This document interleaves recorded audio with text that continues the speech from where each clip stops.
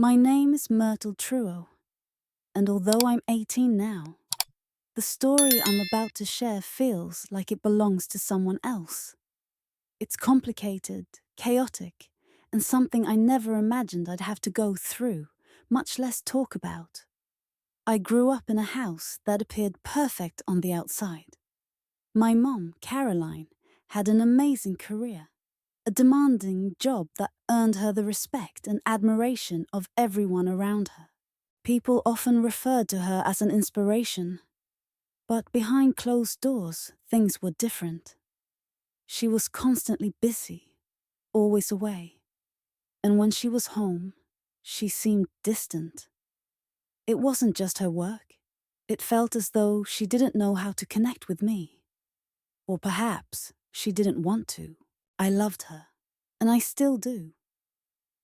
But love doesn't always come with understanding. As a child, I spent many nights in my room, wondering if she even noticed how lonely I was. Then there was Greg, my stepdad. He entered our lives when I was around 13. Initially, I was unsure about him. Unlike my mom, who was all business, sharp and no nonsense, Greg was laid back and warm. He'd make jokes, talk to me like I mattered. For a while, I thought he was the one keeping us together. I wish I could say everything stayed simple, that I was just a teenager facing typical problems. But it didn't turn out that way. Looking back, I can't even pinpoint when things started to change. Maybe it was during those nights when Mom was working late, and Greg and I would end up watching TV together. Or maybe it was the way he looked at me sometimes, as if I wasn't just a kid anymore. What I do know is that something shifted, slowly, quietly, but it did. This is not the kind of story you share lightly. It's not something you'd just mention to a friend over coffee or laugh about later. It's heavy, it's ugly, but it's also my reality. And if there's one thing I've learned from this, it's that hiding from the truth doesn't make it disappear. I'm not sure if sharing this will bring me closure or just make me feel exposed. But I do know that stories like mine happen more often than anyone is willing to admit. Maybe, just maybe, someone out there will hear this and feel less alone. Growing up, my mom always seemed like she was running out of time. Meetings, deadlines, phone calls, they consumed her days. Even when she was home, it felt like she was somewhere else. If she wasn't behind her laptop, she was on the phone, pacing around the house and giving quick instructions. Dinner's in the fridge. Don't forget to lock the door. Good night, Myrtle. But there was no warmth, no moments where she'd stop and just be with me. I convinced myself it was normal, that every mom was like that. After all, she was providing for us, right? Keeping a roof over our heads and making sure I had what I needed. But even as a child, I sensed something was missing, though I didn't know how to express it or who to talk to. That's when Greg came into the picture. When my mum married him, it felt like a light had been switched on in our home. He had a way of making everything seem simpler. Like life didn't need to be so serious all the time. He'd sit down and actually talk to me. Really talk. Not just about school or chores, but about the books I was reading, the shows I was watching, and the things that made me laugh. It was nice. More than nice. For the first time in years, I felt like someone in the house actually saw me. The funny part is, I didn't even realize how much I needed that until it happened. Greg filled a space I didn't know was so empty. But here's the thing about filling a gap like that. It's tricky. Life has a way of blurring lines, of roles becoming confused. At first, it was small things. The way he'd smile at me when I told a story, as if he was hanging on every word, or how he'd notice if I was upset. Even if I didn't say anything, he was attentive, thoughtful, and charming. It felt good, maybe too good. There was one night that stands out. Mom was working late again, and it was just Greg and me at home. He'd made dinner, something simple like pasta, and we sat at the table. I remember telling him about a fight I had with a friend at school. I was frustrated, on the edge of tears, and he just listened.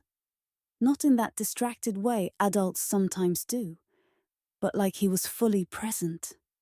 When I finished, he reached across the table, placed his hand over mine. It was such a small gesture, but it felt huge. He looked at me and said, "Myrtle, you're amazing. Don't let anyone make you feel like you're not."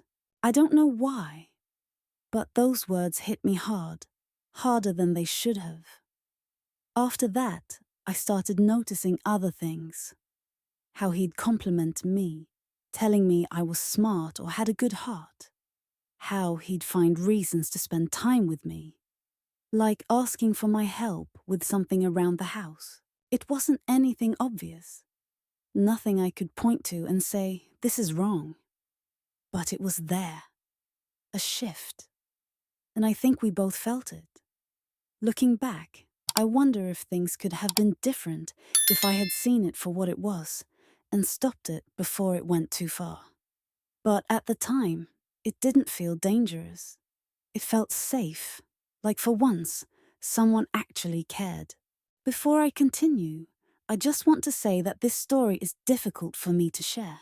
It's raw and messy, and there are moments I wish I could erase. But if telling it helps even one person feel less alone, then it's worth it. If this resonates with you, please take a moment to like, share, or subscribe. It's a small way to show me you're listening and that this story matters. Thank you. There comes a point when confusion begins to feel like gravity. It pulls at you, keeps you awake at night, and makes you question everything. Your choices, your feelings, even yourself. That's where I found myself with Greg. I wish I could say it was sudden, that it caught me off guard, and I had no time to process it. But the truth is, it wasn't like that. It was slow, creeping in like the way water seeps into cracks before you even realize the damage. I started looking forward to the time we spent together, not casually, but in a way that made my stomach twist when I thought about it afterward. Greg wasn't oblivious. He must have noticed. He began opening up to me more, talking about things that felt personal, like how tough it was to manage the house with Mom gone so much, or how lonely he sometimes felt. I'd never thought of adults as lonely before, but when he said it, I believed him. It made me feel closer to him, like we were two people who truly understood each other. Then there were the small things. The way he'd touch my shoulder when passing by, or sit a little closer than necessary on the couch. Nothing major, nothing anyone else would notice, but enough to make my heart race. I started doubting myself, wondering if I was imagining things. Was I reading too much into it? Or was there something real between us? At night, I'd lie in bed, replaying everything in my mind.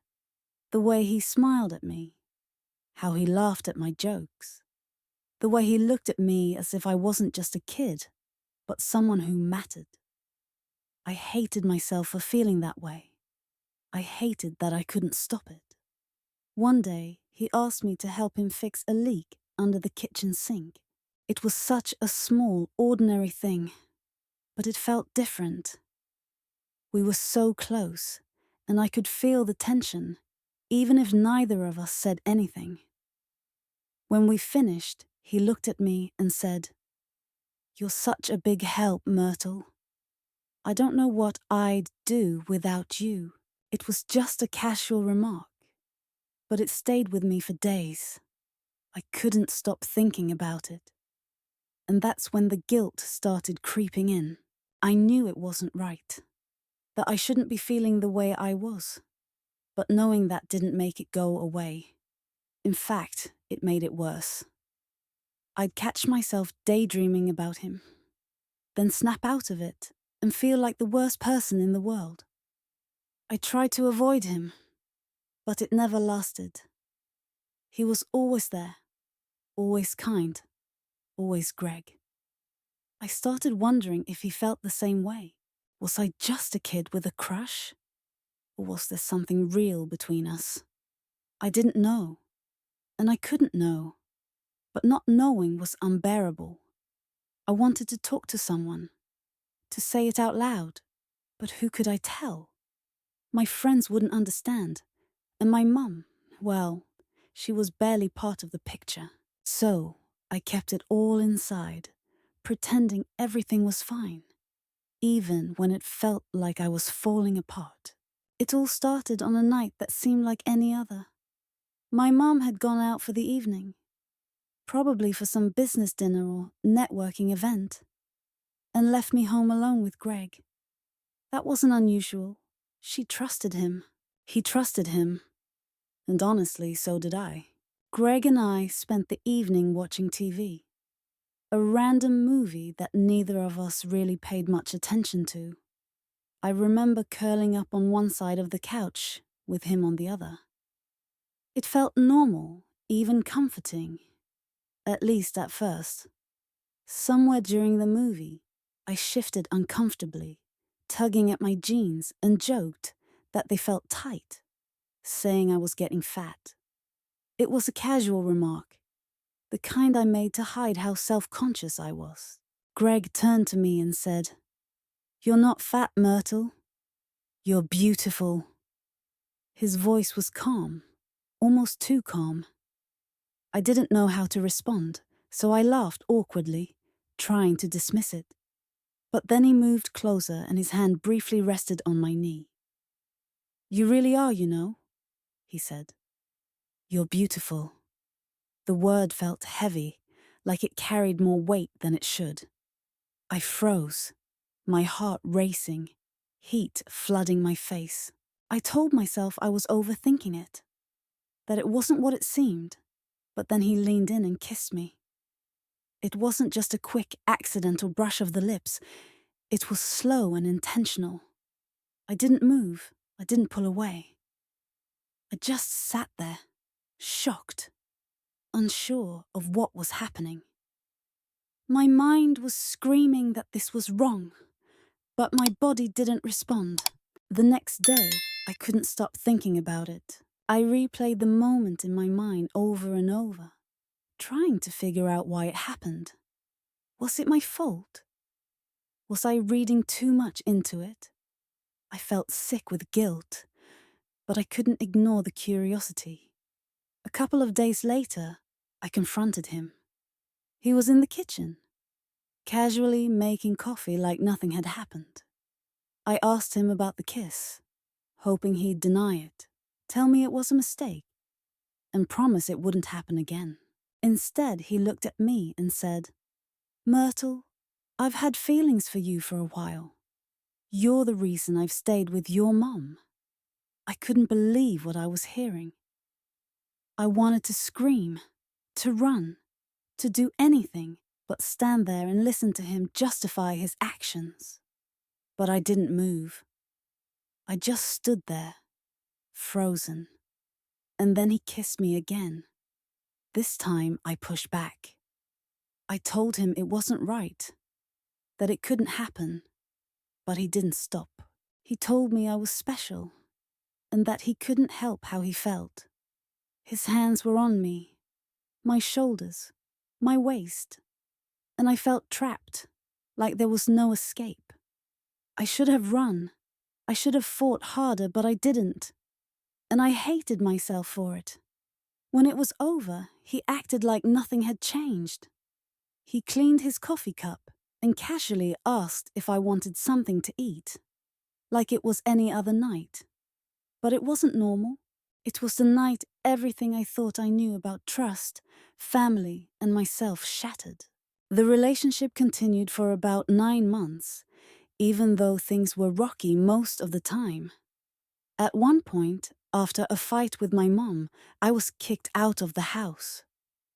I can't even remember what it was about, but I packed my things and left. For a while, I thought that would be the end. I thought leaving the house would mean I was out of his reach, that I could finally breathe. But I came back to visit on weekends. Not for him. I told myself that. But to see my mum. Even then, I could feel his presence, like he was waiting for a chance.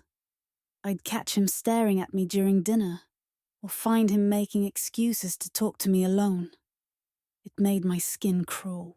I hated him, but I hated myself even more for not doing something, for not telling anyone. By Christmas, I'd moved back in. My mum and I had reconciled, and she welcomed me home like nothing had happened. I thought, maybe, just maybe I could move on. I was feeling better, starting to get more stable. I was even considering coming off my antidepressants and mood stabilizers. For the first time in a long time, I felt like I could see a future where I wasn't drowning in guilt and confusion. But Greg didn't let go. He didn't understand, or maybe he didn't care, that I was done. I told him it was over. I told him that if he ever touched me again, I'd tell my mum. I thought I'd been clear, but he started creeping into my room at night, just sitting there, watching me sleep. Sometimes he'd wake me up, whispering things I didn't want to hear. It felt like he was trying to remind me that he still had control, that no matter how much I wanted to move on, he wouldn't let me. What made it worse was how bold he got. He'd make comments in front of my mom, things that sounded innocent on the surface, but carried so much more beneath. She never noticed. She thought he was talking to her, not to me.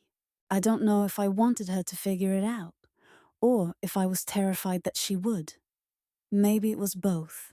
The relationship ended when I started seeing someone else. I'd been with him for about 9 months. A real relationship this time. One that didn't make me feel sick inside. Being with him made me realize just how wrong everything with Greg had been. I felt like I could breathe again. Like I was starting to put myself back together. But Greg didn't stop. He found ways to insert himself into my life, to remind me of the mess we'd made. And then one day, it all came crashing down. My mum found out. I don't even know how. Maybe she overheard something. Or maybe she finally saw what I couldn't hide. All I know is that one night she confronted me, and the truth spilled out before I could stop it. The months of secrecy, the lies, the guilt I'd been carrying like a heavy weight on my chest. She didn't say much. She just cried, and then called the police. Greg was arrested. Of course, he tried to deny it. Tried to paint me as the one who misunderstood, the one who led him on. But the truth was out, and there was no going back. I thought this would bring me relief, that I'd finally be free of him, but it didn't feel like that. It just felt empty. My boyfriend broke up with me. He couldn't handle it. He couldn't understand what had happened. I think he thought I'd cheated on him with Greg. I didn't even know how to explain it to him, so I didn't. My friends were divided. Some stood by me, telling me it wasn't my fault, that I had been manipulated and unstable. Others cut me off completely. I couldn't blame them. I didn't even know what to believe about myself, so how could I expect anyone else to? Now, I'm just trying to figure out how to move forward. I'm not looking for pity. I know what happened was wrong, and I'll carry that with me for the rest of my life. But I also know I was young, confused, and manipulated by someone who should have known better. I'm trying to learn how to forgive myself, even if I'm not sure I deserve it. So here I am, putting it all out there. Not for attention, but because I don't know what else to do. If you've listened this far, thank you. I don't know what I hope to find by sharing this, but maybe someone out there has gone through something similar. Maybe someone has advice on how to heal, how to move forward. I'm listening, and I'm trying to believe that it's not too late to put the pieces of myself back together. If you've made it to the end, it means more to me than I can say.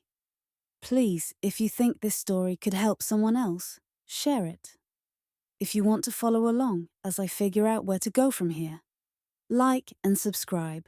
Your support means everything to me right now, more than words can express. Thank you.